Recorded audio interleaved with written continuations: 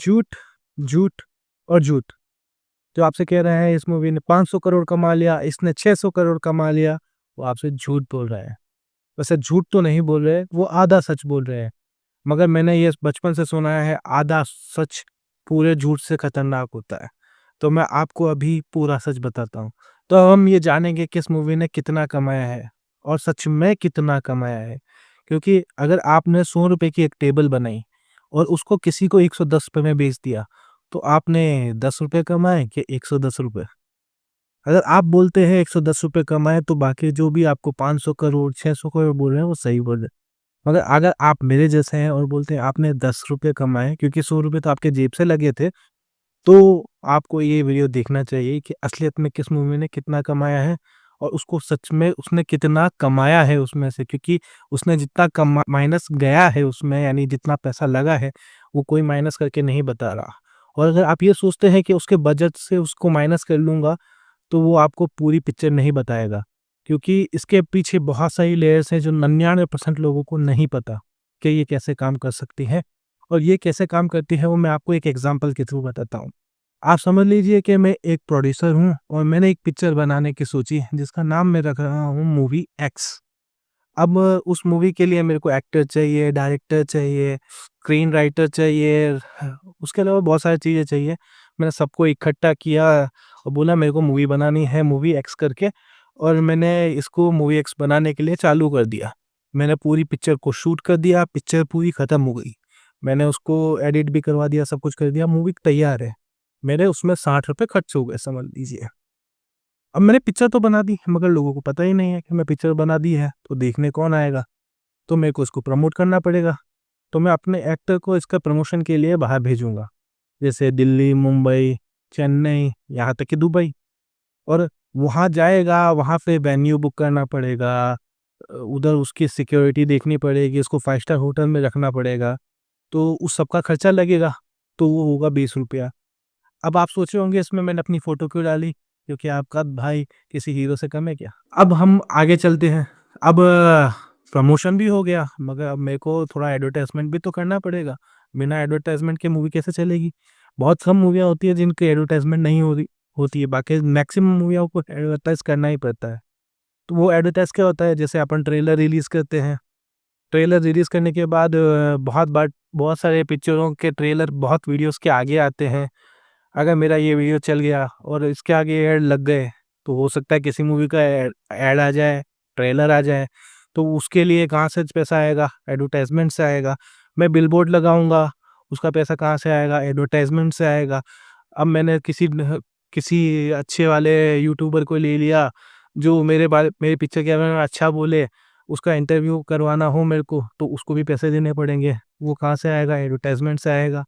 या फिर अगर आप समझ रहे हो तो समझ लो वो वाला केस जिसमें कुछ यूट्यूबर को मेरे को दुबई भी लेके जाना पड़ेगा। अगर आप समझ रहे हो तो समझ गए होंगे कि मैं किसकी बात कर रहा हूँ। तो वो सब खर्चा लगा के मेरे को ₹20 और लग गए। तो कितना हुआ, अगर आप मेरे साथ टोटल कर रहे हो तो अभी तक मेरे जेब से ₹100 लग गए हैं। अब मैंने ₹100 तो खर्च कर दिए। अब मैंने मूवी थिएटर में रिलीज़ करी और उसने 200 करोड़ कमा लिए। तो अगर अपन बोले तो मैंने तो अपना जो भी लगाया था उसका दुगना मिल गया? नहीं, ऐसे काम नहीं होता। अब मैं वो पिक्चर लगाऊँगा तो थिएटर वाला फ्री में तो नहीं लगाएगा। अगर वो पीवीआर की चेन भी है या आइनॉक्स की चेन भी है या फिर सिंगल स्क्रीन थिएटर है, वो अपना कट रखते हैं। और उसमें कट कैसे काम करता है कि अगर मैं नया प्रोड्यूसर हूँ या मेरा एक्टर नया है और उनको भरोसा नहीं है कि ये पिक्चर अगर मैं थिएटर में लगाता हूँ ये सीटें फुल करेगी नहीं करेगी, तो वो मुझसे ज़्यादा कट लेंगे, यानी 60% तक कट ले लेंगे। और अगर मेरी पिक्चर ज़्यादा चलती है, मैं रजनीकांत की मूवी लगा रहा हूँ, तो हो सकता है वो मुझसे 40% भी ले ले, यानी 40 से 60% के बीच में लेते हैं। तो मैं अ, अभी अपन के लिए ईज़ी रहे इस हिसाब से मैं इसको 50 के रेशियो पे रखता हूँ, यानी जो भी मूवी ने कमाया उसका 50% कहाँ जाएगा? प्रोड्यूसर के पास जाएगा और बाकी 50% यानी ₹100 कहाँ जाएँगे? ये ₹100 जाएँगे उस थिएटर वाले के पास, पीवीआर वाले के पास या आइनॉक्स वाले के पास जो आपको ये पिक्चर दिखा रहा है। बाकी जो 50% बचा यानी ₹100 बचा वो मेरे पास आ रहा है। तो मैंने अभी आपको बताया, मैंने पिक्चर ने 200 करोड़ कमा लिए, मगर मेरे को रिटर्न में कितने मिले? 100 करोड़। अगर समझ लो मेरी पिक्चर ने 200 नहीं कमाए होते, 180 ही कमाए होते, तो 180 में से मेरे को कितने मिले? 90 करोड़। अब 90 करोड़ मेरे पास आए, तो मेरी पिक्चर 180 करोड़ कमा लिया तो वो सक्सेसफुल हो गई? नहीं, वो फ्लॉप है। क्यों? क्योंकि मेरी जेब से तो ₹100 लगे, मगर वापस आए ₹90। और अगर मेरी जेब से अगर 100 की जगह ₹100 से वापस 99 भी आते हैं, तो मेरे लिए तो नुकसान ही है, वो फ़ायदे की बात कैसे हुई?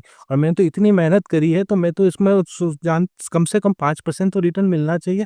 अगर अपन नॉर्मली बैंक में भी अगर पैसे जमा करवाते हैं एफडी वगैरह, तो 5% रिटर्न तो एफडी वाला दे देता है।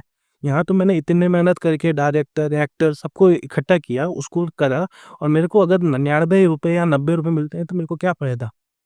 अब समझ लो ये पिक्चर मेरे को नेटफ्लिक्स ने खरीद ली मेरे से। तो अब मेरे पास कितने में ₹90 तो आए बॉक्स ऑफिस से, और ₹12 आ गए मेरे को नेटफ्लिक्स से। तो अब ₹102 है, यानी मेरे जेब से लगा ₹100 और मैंने ₹102, तो लोग इसको रखते हैं एवरेज की कैटेगरी में या ब्रेक इवन की कैटेगरी में, कि यानी जितना खर्च किया तो उतना वापस आ गया। मगर मैं इसको फ्लॉप मानूंगा। क्यों फ्लॉप मानूंगा? क्योंकि मैंने अभी आपको बताया कि 5% का रिटर्न तो मिलना ही चाहिए, इतना तो बैंक भी दे देता है। अगर मैं इन्वेस्टमेंट अच्छी करूँ, कहीं एफडी में लगा दूँ, तो भी मेरे को 6-7% का मिल जाएगा, और थोड़ा रिस्की करूँ मैं, शेयर मार्केट में जाऊँ, तो 11 से 15% वो देता है। तो मैं इसको 4 कैटेगरी में बाँटूँगा। अगर कोई मूवी अपने जितना पैसा लगाया, यानी ₹100 लगाया, उससे 100 से रुपया कम कमाती है, ₹99 भी कमाती है, या फिर ₹104 भी कमाती है, तो वो मेरे लिए फ्लॉप है। उसके बाद दूसरी कैटेगरी आती है ब्रेक इवन, यानी एवरेज। तो उसमें मैं रखूँगा, अगर मूवी ने अपने बजट का 25% और बना के दे दिया मेरे को, यानी ₹100 की मूवी बनी, ₹125 अगर प्रोड्यूसर कमा देता है, तो वो होगा ब्रेक इवन, यानी वो रखूँगा मैं कि हाँ भाई, इस मूवी ने अब कमा लिया है। हाँ, यानी ये मूवी चल रही है, एवरेज है।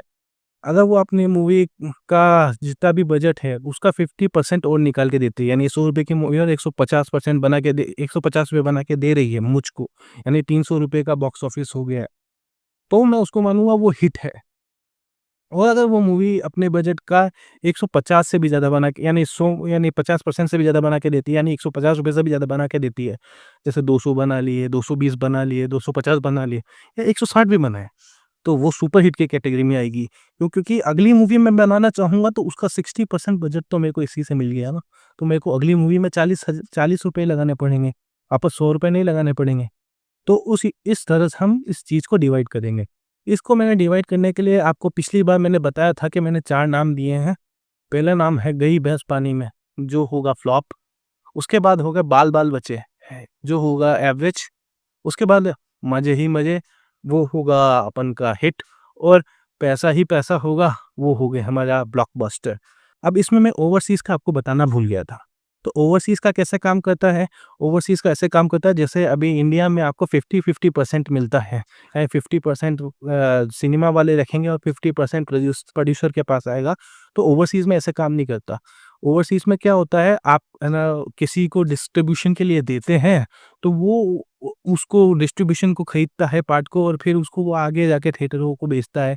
तो वो थिएटर वाला भी कट रखेगा, वो डिस्ट्रीब्यूटर भी रखेगा। तो मार्जिनली हमेशा 80% जो पैसा होता है वो उनके पास रहता है, और 20% जो पैसा आता है वो प्रोड्यूसर के पास आता है। अब वैसे ही अगर आप कोई सुपरस्टार है, जैसे रजनीकांत है, तो उनका हो सकता है कट थोड़ा ज़्यादा हो, उनको 30% मिल जाए, मगर ज़्यादातर मूवियों को 20% ही मिल। तो thank you for watching this video. Ram Ram दोस्तों। और आपको और आपकी फैमिली को मेरी तरफ से दिवाली की बहुत बहुत शुभकामनाएं। को मेरा ये वीडियो पसंद आया हो, तो प्लीज़ मेरे चैनल को लाइक कर दीजिएगा और सब्सक्राइब कर दीजिएगा। लाइक आपको करना है तो करिए, नहीं करना तो मत करिए, मगर सब्सक्राइब ज़रूर कर दीजिएगा, उससे मेरे को मोटिवेशन मिलता है। और अगर आपको ऐसे ही वीडियो देखना पसंद है, तो मैं पिछले वीक 2 वीक से बना रहा हूँ, ये मेरा 3rd वीडियो है, और आगे भी ऐसे वीडियो बनाता रहूँगा। तो आप मेरा सपोर्ट कीजिए, तो subscribe to my channel guys. Thank you. Ram Ram.